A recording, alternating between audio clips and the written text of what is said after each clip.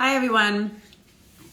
While Instagram is telling our followers that we're now live, I'm going to quickly add our guest for the evening.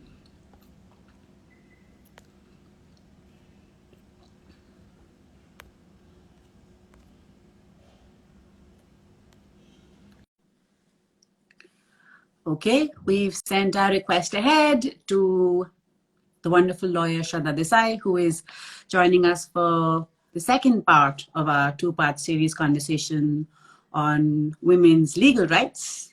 Unfortunately, we had to reschedule Wednesday's session because of a personal emergency at Shraddha's end, and we're grateful that we're able to schedule it for today. So I'm just waiting on her to join us. I'm going to try this one more time. Instagram can be a bit tricky.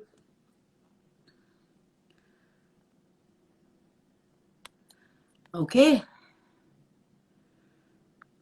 Sent her another invite and hopefully she joins us soon.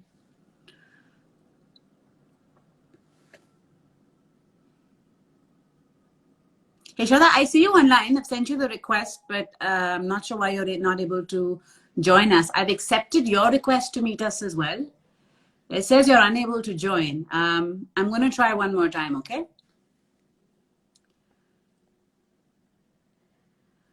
All right, you guys. Sent her another invite. Hopefully third time's the charm. Hi. Hello, how are you doing? Hi. I'm doing great. Just a moment. Yeah, perfect. Internet So, working today? yeah, it is working perfectly fine till now. I don't know after this. That's This, okay. That's up to the internet gods. yeah, yeah. Okay, wonderful, Shraddha. I'm going to get right in because honestly, a lot of people are very eager to learn about what we're going to talk about today. So, a quick Okay. introduction again. We're in conversation with Shraddha Desai, who's a lawyer, and this conversation with her is brought to you by Project Thrive, which is an initiative to empower women in fashion and beyond. And through these dialogues, we converse with women like Shraddha who give us reasons to be inspired and to strengthen ourselves as women in various facets of our lives. This is part of a two-part series conversation where Shraddha has taken out so generously so much time to walk us through the legal rights of women in India. A quick disclaimer that this is not substitute for legal counsel. If anyone, God forbid, is in the need for legal support, please contact a lawyer. This is simply us as two adults and individuals having a conversation around the laws in India so that all of us have more of an awareness as to where we stand legally. In our first conversation that happened last Friday, we spoke about women's laws in the context of the workplace, in the context of if women choose to be pregnant while they're at work, or in the context of safety when interacting with the police. And today's session is going to be, and if you wanted to learn more about that earlier session, that live is actually on our wall, so you're welcome to go through it. It's actually a really quick, intensive course on the basic legal rights of women in that aspect of their lives. And today's session is going to be covering domestic laws and the various aspects of our personal lives and how the laws play a role in where a woman stands when it comes to her personal life, when it comes to marriage, when it comes to adoption, when it comes to inheritance. And I want to just before we get right in, give you guys a quick disclaimer. And of course, Shraddha, the expert, will go into more detail that in India, we don't have a unified civil code, which essentially means that there are some laws that are religion specific. And so depending on the religion you belong to, some laws may apply to you or may change depending on which religion you belong to. And then there are other laws that are universal. And so I would appreciate if anyone is looking to this session to find out about where they stand legally in certain aspects of their life. You want to dig deeper and understand what the religious laws in your country say, because that is a factor in India. With that said, Shraddha, should we dive right in? Yes, of course. Let's get into it and not waste any more time on this. So, as Sonika has given the disclaimer already, I'll try to specific mention where the religions come into it. So, you need to understand in India there are laws related to marriage, divorce, maintenance, and inheritance where women are protected, and the laws are different as per your religion. So Hindus are governed by Hindu set of laws, Muslims are governed by Muslim set of laws, and Parsi and Christians are, are governed by their set of laws. So whenever I will be talking, or Sonika will be questioning me regarding anything she wants to ask or the public wants to know. So I'll just probably, mention which law I'm talking about before going ahead. So yeah, that's what I want to say, and we'll just get started. So I'm Wonderful. ready for the first question. Okay, wonderful. Okay, so when it comes to domestic life or personal life, the big question that we are all invested in is marriage. And so, as a woman, if you choose to marry someone, I'm just wondering if there is a law that protects a woman's rights in marriage. And of course, in the larger context of marriage, the flip side of that is divorce, as well as the idea of dowry and also the right to get maintenance after divorce. And I know this is a very multifaceted thing, Okay. so we don't have time for too much detail. But Shraddha, if Yeah. you could tell us a Right. woman's rights in these aspects, given the amount of time we have, we'd really Yeah. appreciate it. Okay, so first I'll touch upon marriage. So especially everybody has a right to marriage, and if a woman decides to get a marriage, she's protected by marriage. So for marriage, for Hindus in Hindu Marriage Act, we have a Hindu Marriage Act which governs Hindu. There are some valid conditions where marriage can be valid, and who can be governed by these laws. So you are supposed to be Hindu, a Sikh, a Jain. These are the people who are protected by Hindu Marriage Act. So there are certain conditions which needs to be followed. For example, I'll state few. The bride must be of 18 years age, and the groom must be of 21 years of age. There should be no living wife or husband, or if you're performing the marriage. And there should be saptapadis, because in most of the Hindu rituals we have to have saptapadis, that's the seven fairas we take during the rituals. So that's the some of the valid conditions in respect to perform a Hindu marriage, which can be, you know if and only if these conditions are fulfilled, your marriage will be valid under the Hindu Marriage Act. Okay, so you have to be Hindu, you have to be the bride should be of 18 years of age, and the groom should be 21 years of age. There should be saptapadis, that is the 7 rounds, and there are many other conditions. These are the few. So to conclude the valid marriage, and Muslims, they have their own rituals to perform. In Christian, they have to put out the notice to the registrar that they are getting married, and they have to perform in the church and their own rituals. So they are governed by different things. That's how marriage is constituted, and that's how you can go about it. Second, going on the things about like what can be not be a valid marriage, is the simple that you do not have to perform bigamy, that is, you do not have to be married, which is valid for almost all religions including Christians. That is that you do not have to have a living wife or husband, and that is very important. And in Hindus, you're not supposed to be related to some close relatives which have been already defined in the law. If you're questioning the marriage, you should consult your lawyer.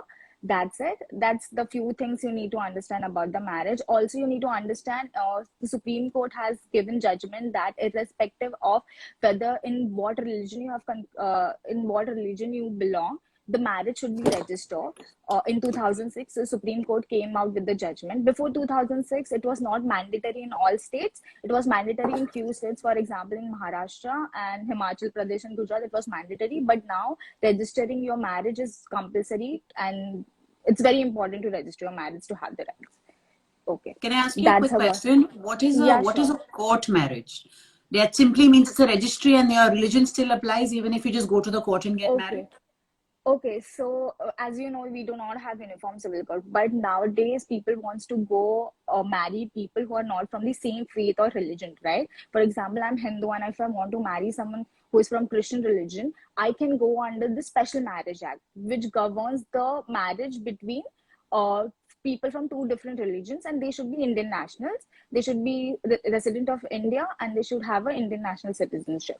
So that's how it governs. To answer your question, the Special Marriage Act governs the marriage between two people who are from different religion faith.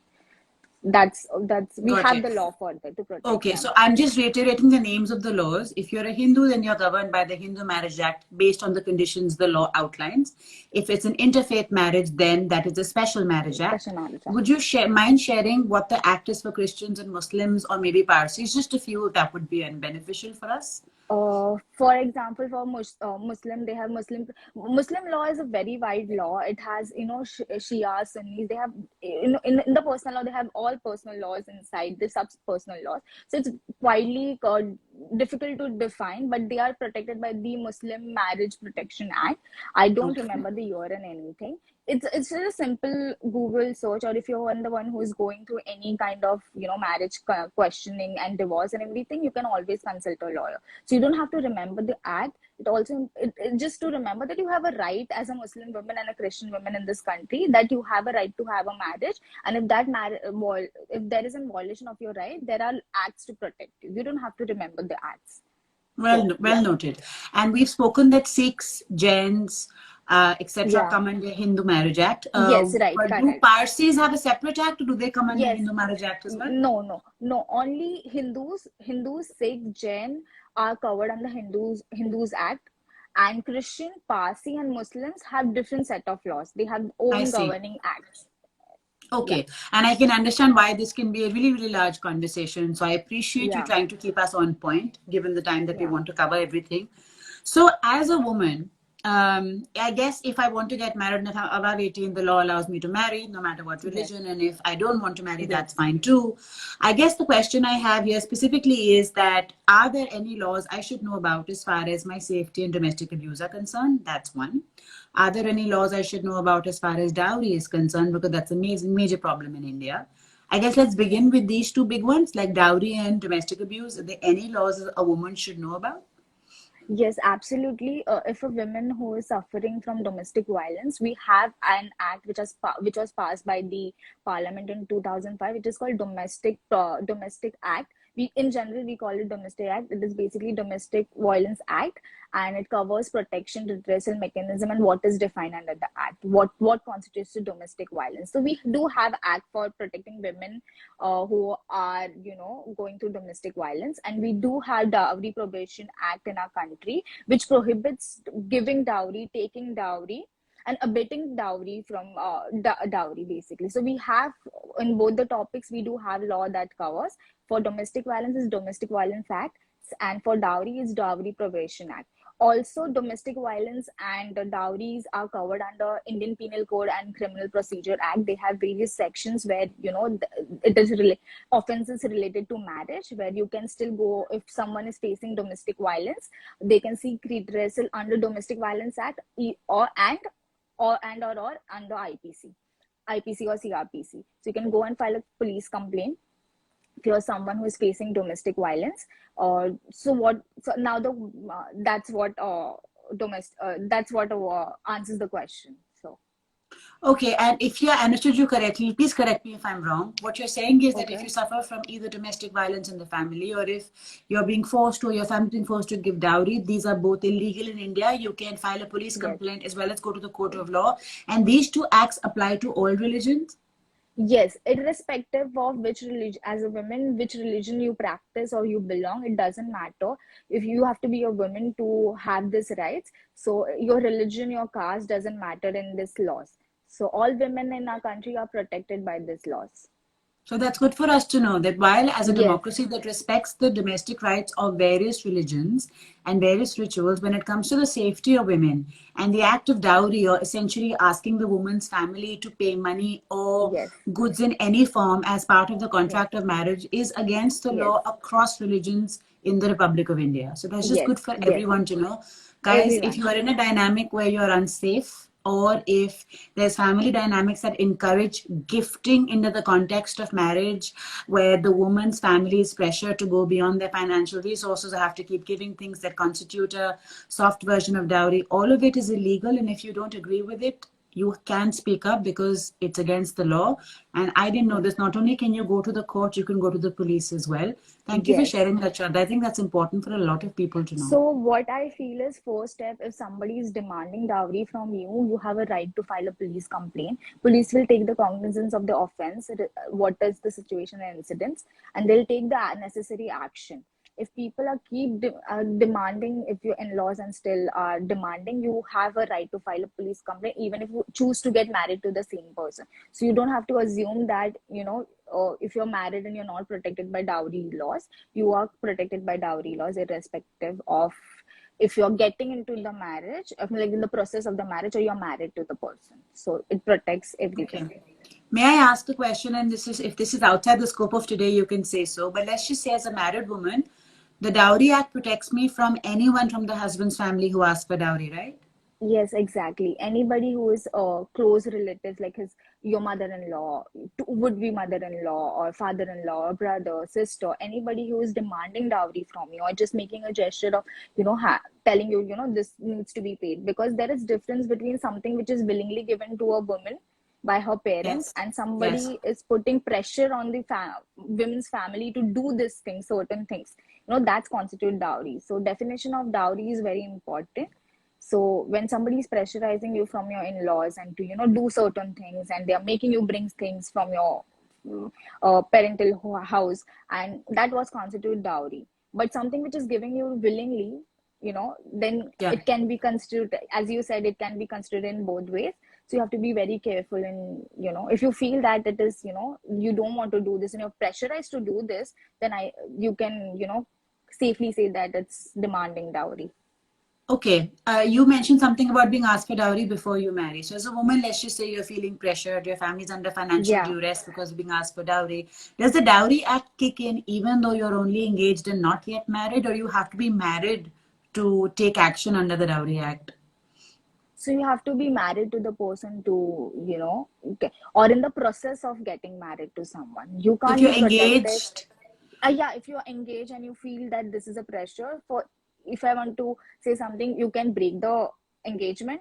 Or if you feel that's what I said in the beginning, if you feel still wants to get to married to the person because the husband is nice, but the family is not good, and the family is pressuring you, and then how the husband is coming. This is one of the set of example. So you decide to get married, but still it's continuing. You still can file a police complaint for dowry. So I was anybody just who wondering, is, a lot of women are engaged. So, for example, if you yeah. feel that your to-be in-laws are asking for dowry, can you do anything even if you're not legally Yes, yes, married? You're saying yes. if You you're can file engaged, a you police can. complaint because the dowry is prohibited if you're in the process of marriage also. So you can file a Okay. police complaint.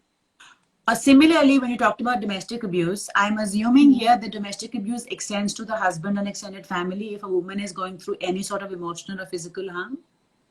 Yes, yes. So domestic violence has been defined under Section 3 of the Domestic Violence Act. So it can amount to sexual abuse, external abuse, physical abuse, mental abuse. So it always, these are the definitions of under domestic violence. So, physical violence can be, abuse can be, beating or like slapping you, and sexual abuse can be, telling you, for example, watching something which you don't want to, sexually explicit things. So that amounts to domestic violence, and it has extend to the family members also. So every woman is protected if she's getting abused by the in-laws and as well as the husband. And in this situation, also, if someone is going through domestic abuse during the engagement period itself and they're not yet legally married, are they still protected? Yeah, I mean, yes, the court has the recently the court gave the judgment, Supreme Court gave the judgment, irrespective, live-in relationships are protected in the Domestic Violence Act. So yes, for answering the answer to your question, yes, every woman is protected by the Domestic Violence Act. So if you're in a live-in relationship and you're in the process, you have just engaged with the person, uh, then you are protected under Domestic Violence Act. I appreciate you breaking out into the nuances because this is, relationships are complex. And I'm not going to segue a whole lot into the non binary and the fact that there is a range of genders. But I do want to ask this one question, that if you are where are we with regards to like same-sex relationships? Because we are talking about women and two Yeah, women, either biologically or those who identify as women and a relationship together. yeah. Are they protected by any of these acts? Can you just give me 1 second? Someone is on the door. Can you just open the Sure, door? sure. My mom is. Of course, of course. Thank you guys for everyone who's joined us while we wait for Shraddha Commit to my answer the चालू door and be नहीं है. back.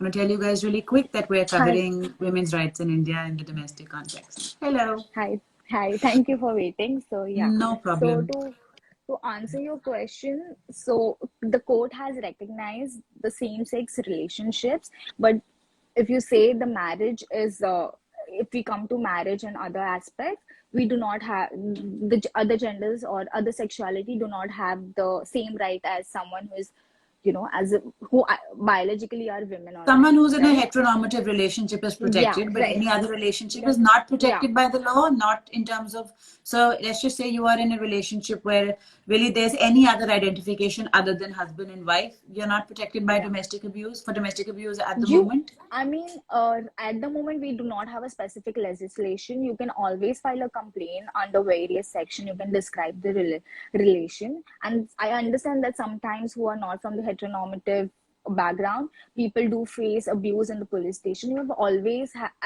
for example, as two women are living in a relationship and one woman is getting abused by the other partner, you're living in a live-in relationship, right? So, as per my interpretation, you have a right to protect yourself from domestic violence under the act. So you can go and file a police complaint. Always, anything happens an incident to you, I always advise that go and file a police complaint and describe the incident. The police will take the necessary course. If you feel that the respective police officer in charge is not taking you can always file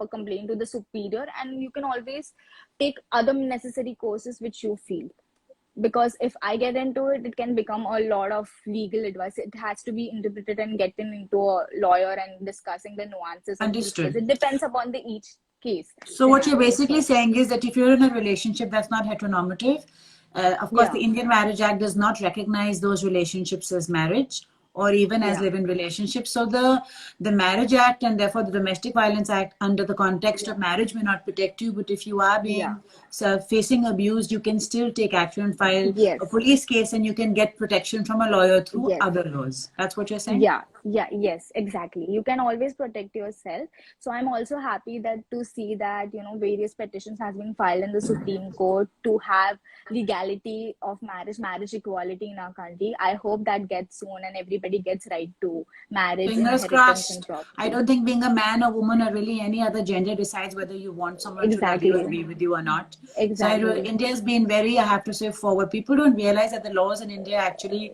for women are very, Actually, very forward when compared to some of the regressive laws in the rest of the world.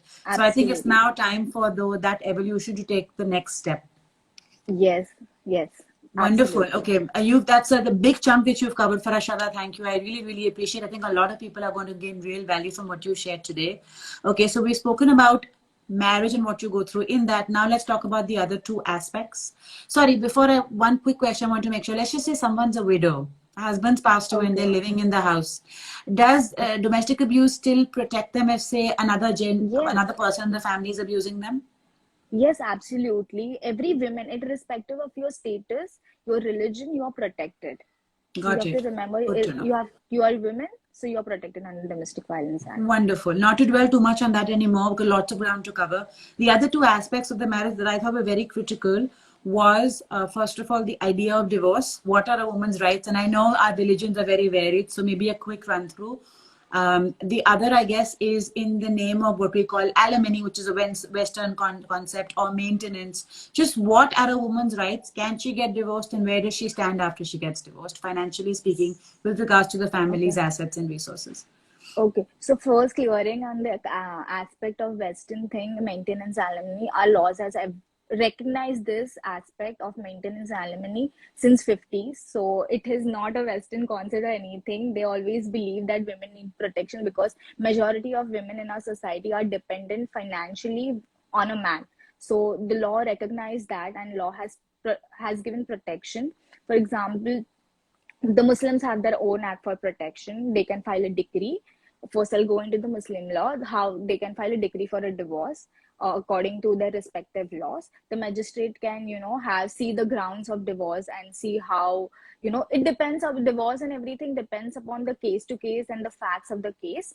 So, to answer in short, the laws are there to, protect in your divorce. So Muslims have a different thing and Hindus have different laws. For example, now getting into the Hindus law, Hindu divorce, so it is under the Hindu Marriage Act, the process how the divorce can be taken. It is under section 13, and you can file a divorce in a district court or family court. You can ask a lawyer how to go it. Then you need to have a grounds for getting a divorce. Also, important thing to notice here is, in according to the Hindu Marriage Act, you cannot anybody cannot a couple cannot file a divorce either mutual or contested. I'll get into the definition to understand what does the word means. You cannot file a divorce unless and until your marriage has completed 1 year. So because marriage are seem to be sacred in our community, the law gives the thing that you're not supposed to get married or file for. The court do not usually entertain, unless and there are special circumstances, the court do not entertain decree for divorce. And getting into the mutual and contested mutual divorce, where both the parties agree to on certain terms regarding custody, maintenance, and everything, how they gonna go about it. They mutually decide to file a decree in the court. Both the parties have to file a decree. Whereas contested, where one if a man is getting a divorce from his husband or his wife, so he will file the divorce, or vice versa. So that is how contest. So other person have to contest that I am not agreeing to get divorced. I'm not agreeing to this grounds, and then goes on and on. So yeah, this is how you go on divorce about it.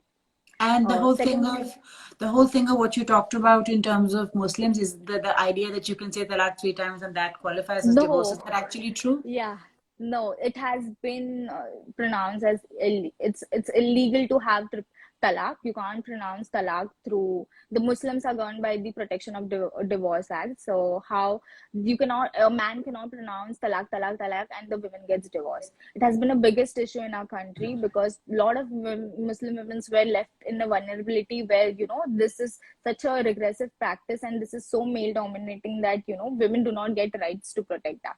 So no man can pronounce talaq, talaq, talaq, and women is divorced. That is gone. That is no more a law. You can they have to file a decree with the magistrate if they want to get divorced with their wife. So no more talaq pronouncement for That's 3 times. amazing. I have to say, Shraddha, to be frank with you, when I spoke to you about discussing domestic rights, first of all, I didn't realize the nuances of the fact that different religions are so different and the fact Yes. that you are actually so well versed. So I sincerely appreciate you coming to us with all this information because it's all good for us to know as women. Because I think Yeah. being someone who has been through difficulty and has faced misogyny, I think religion comes second. So the minute Yes. you understand where you stand in a country, it doesn't matter what religion you're from, and you must know what your rights are. In terms Exactly. of just the process of filing for divorce and then having go through the legal process, which I know can be long drawn out if it's contentious Yes. or quick, is just at a very high level. If you're Parsi or Christian, is the process much different from the Hindu Marriage Act or much the same? It's same. You file a decree in the court if you don't want the divorce in country. Any divorce by any person taken in the irrespective of their religion, the court proceeding takes time. So I it see. almost takes 2 to 3 years. These are minimum periods where court take to decide. Otherwise, it depends upon case to case. So Yeah. 2 to the 3 years, facts guys. matters. Yeah. Marry, think before you marry. If you want to get out of it, it can be quite the thing. Okay, Yeah, on it that can note, the be. other question I talked about was maintenance. You are right that we have an unfair advantage for men in India, where we talked in the earlier session how most women often give up their careers for marriage and motherhood.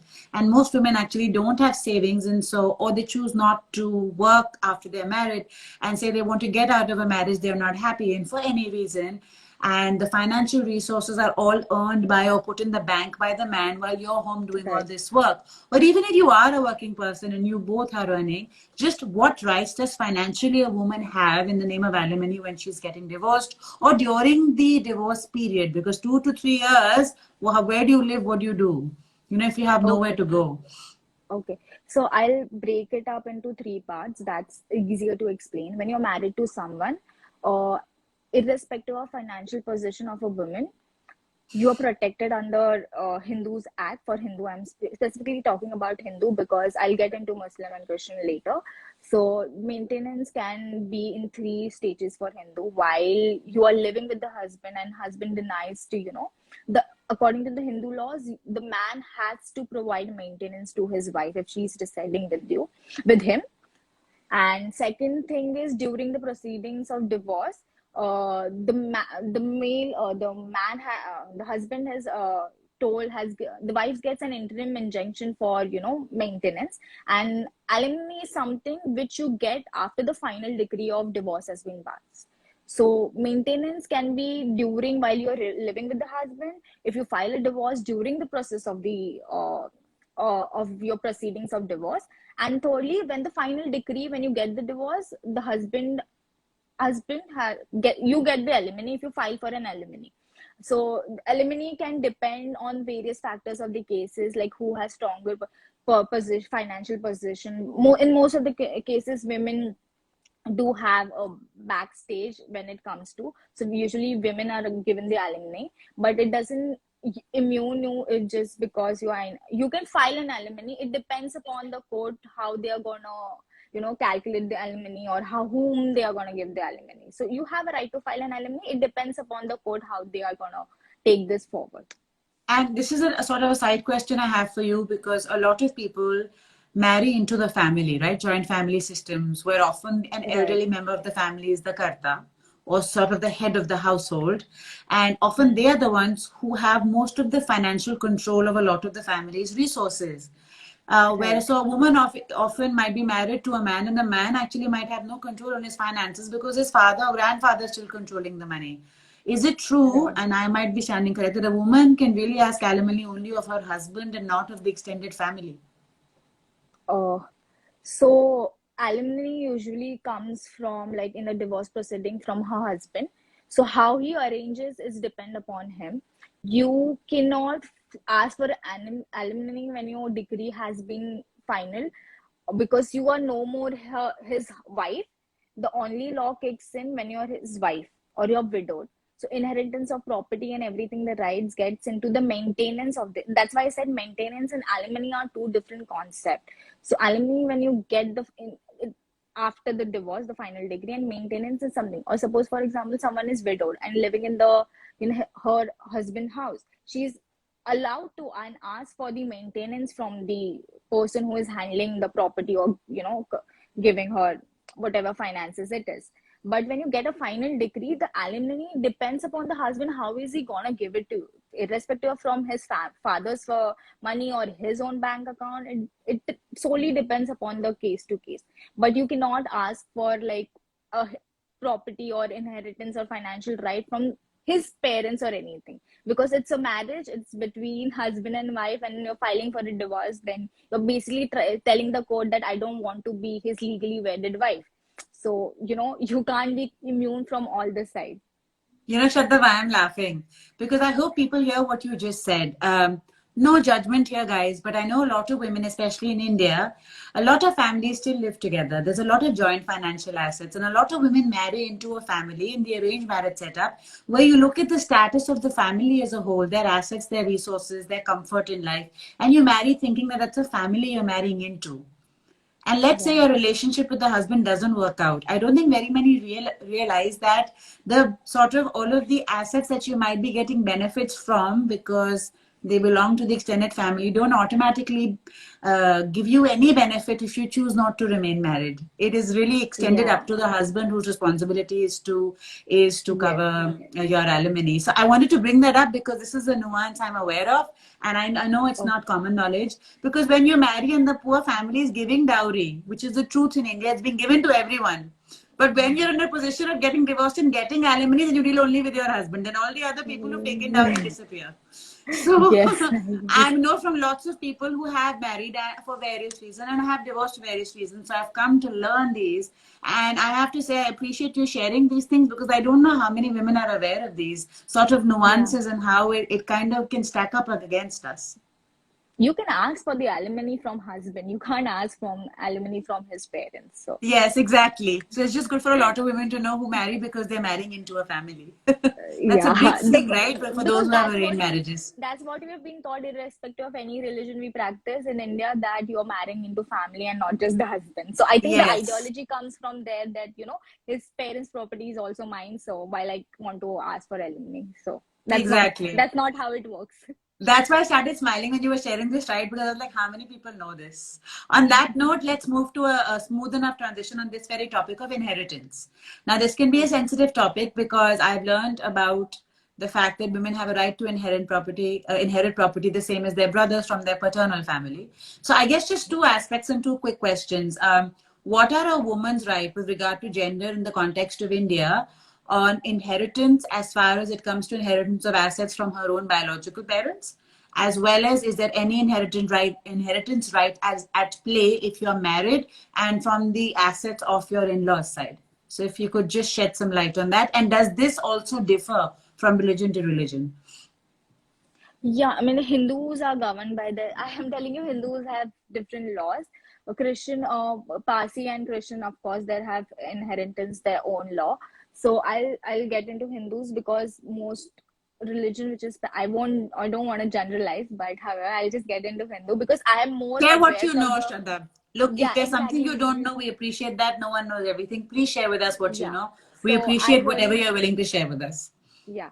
So coming into the Hindu aspect, so you have a right to inheritance of property. For example, women have equal rights in the properties which is from their father as well as their mother. So in Hindu law, we have the class as how you are divided. So for example, if my father, I have an equal right as per as in my family property inheritance, that my brother and I will share equal property rights. If that is my father's and it has been my ancestral property, right? That's been passed on past. But however, I won't have an equal right with my brother if it is his property.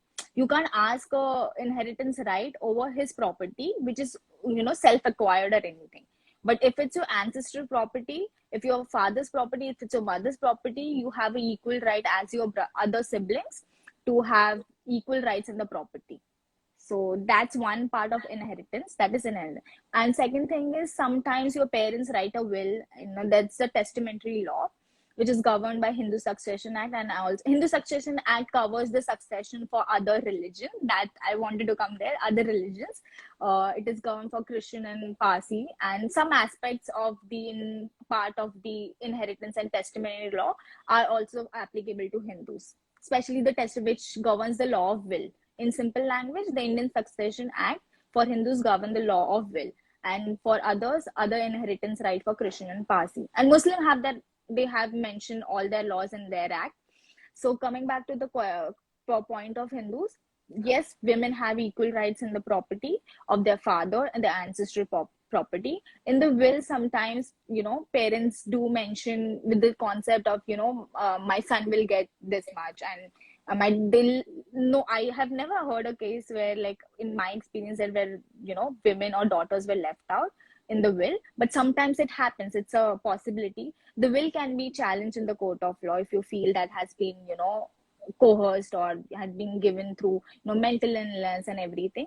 So in conclusion, Hindu women have equal rights in the property, and the Supreme Court has given the judgment on it. Irrespective of if a person has not made a will, the women derive equal rights in the property as her brother. So And what that's about from her in-laws?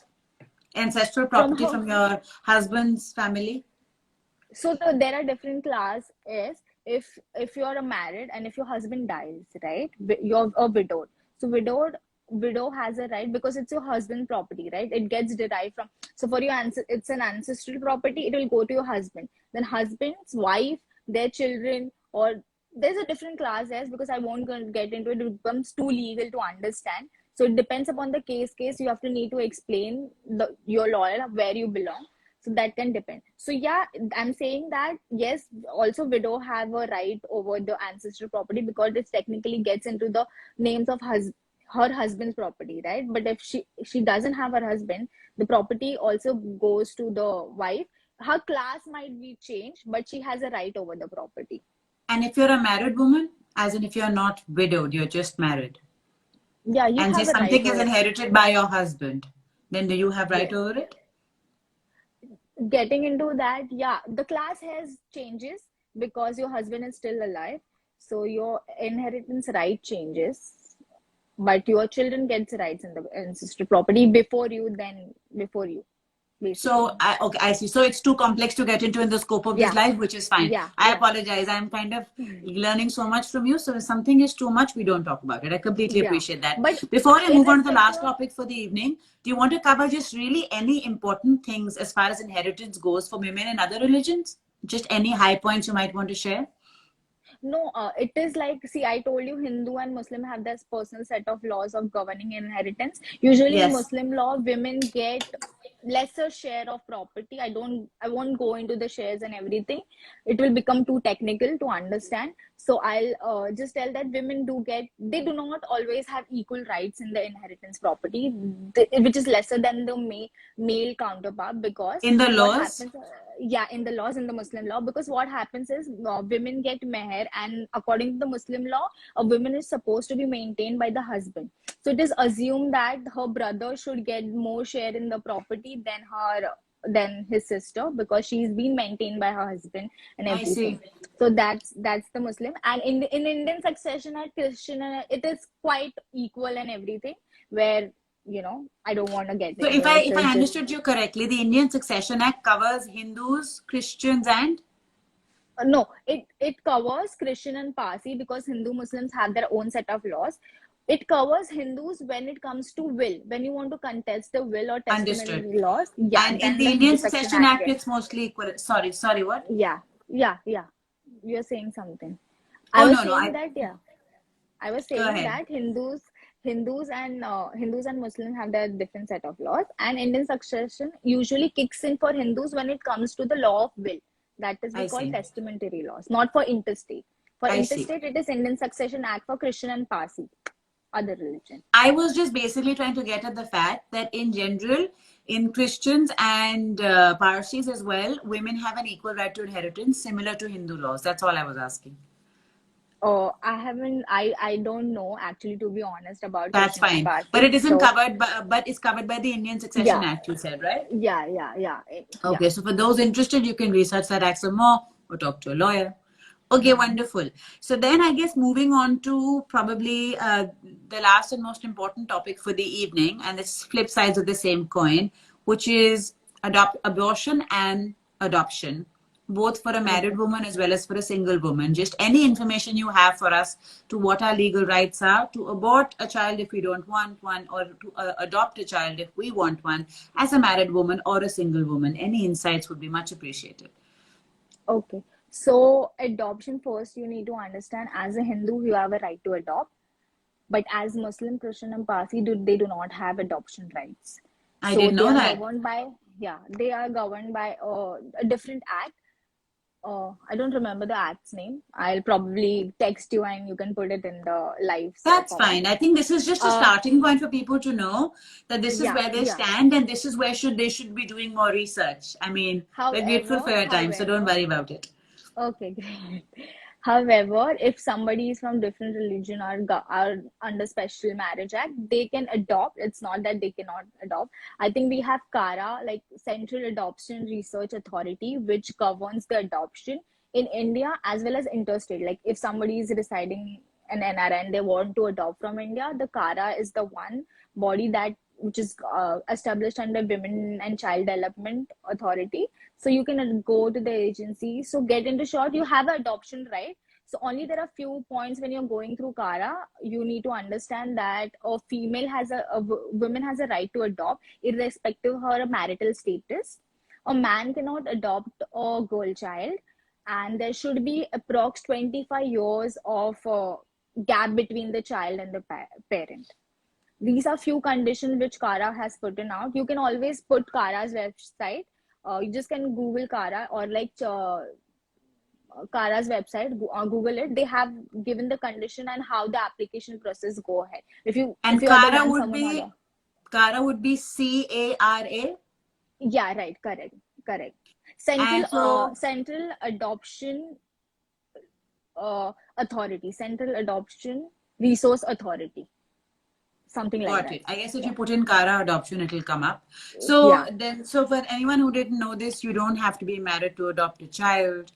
yeah. There has to be a 25-year age difference. Two quick questions on this. One, is there an upper limit? As in, are you ever too old to adopt? And two, if I know correctly, Shraddha, you have to be financially in a position Yes, to yes, adopt a child, right? very important, irrespective of you're Hindu or not from another religion. You have to be of sound mind, you have to be financially stable, you have to be financially capable of providing a child, because you're bringing someone into your family. And if you yourself is not able to provide yourself, or your wife, if you're married, how can you get in?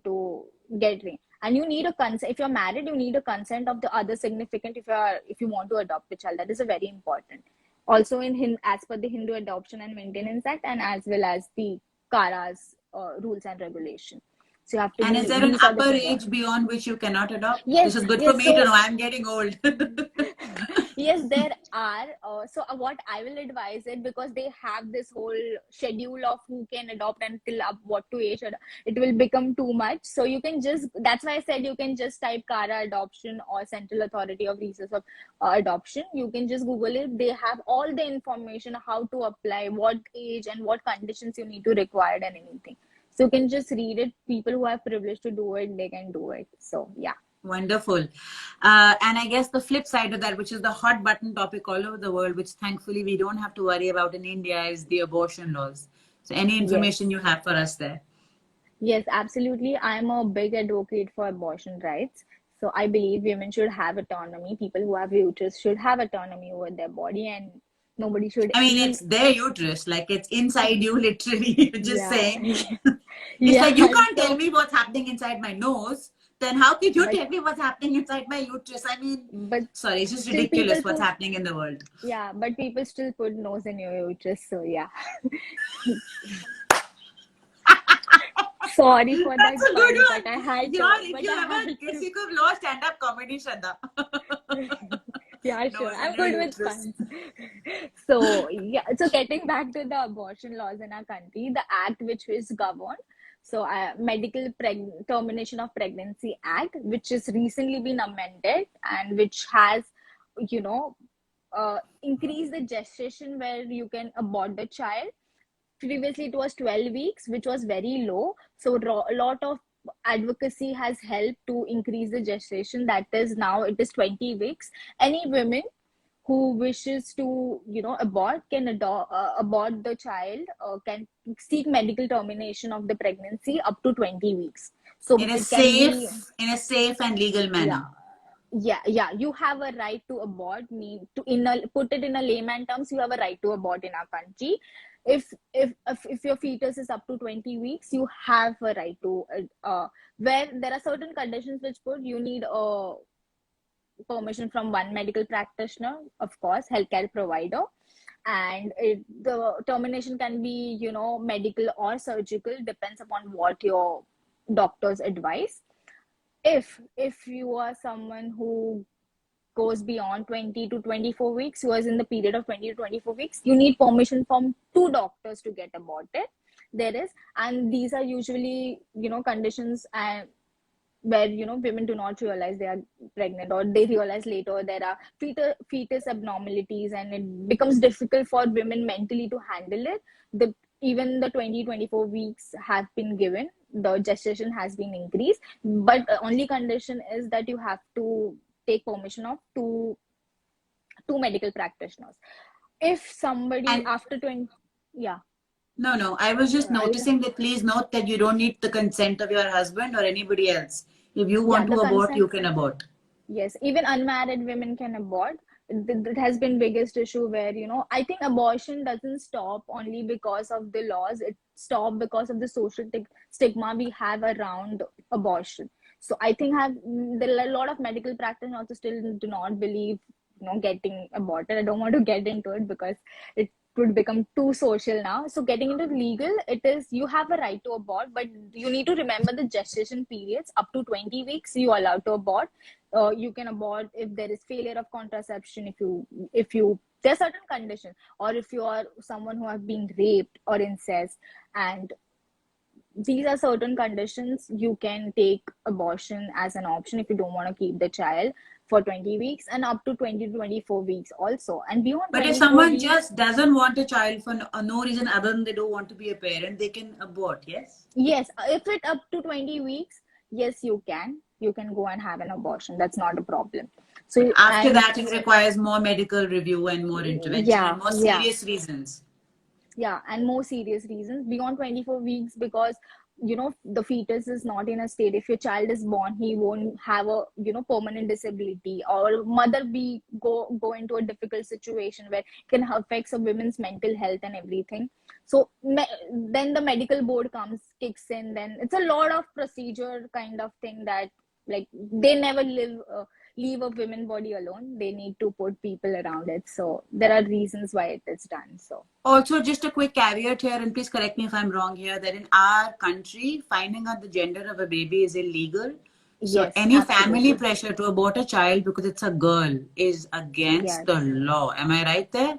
Yes, absolutely. Go, you cannot, and no medical practitioners are allowed to. Gender sex determination has been abolished since a very long time in our country.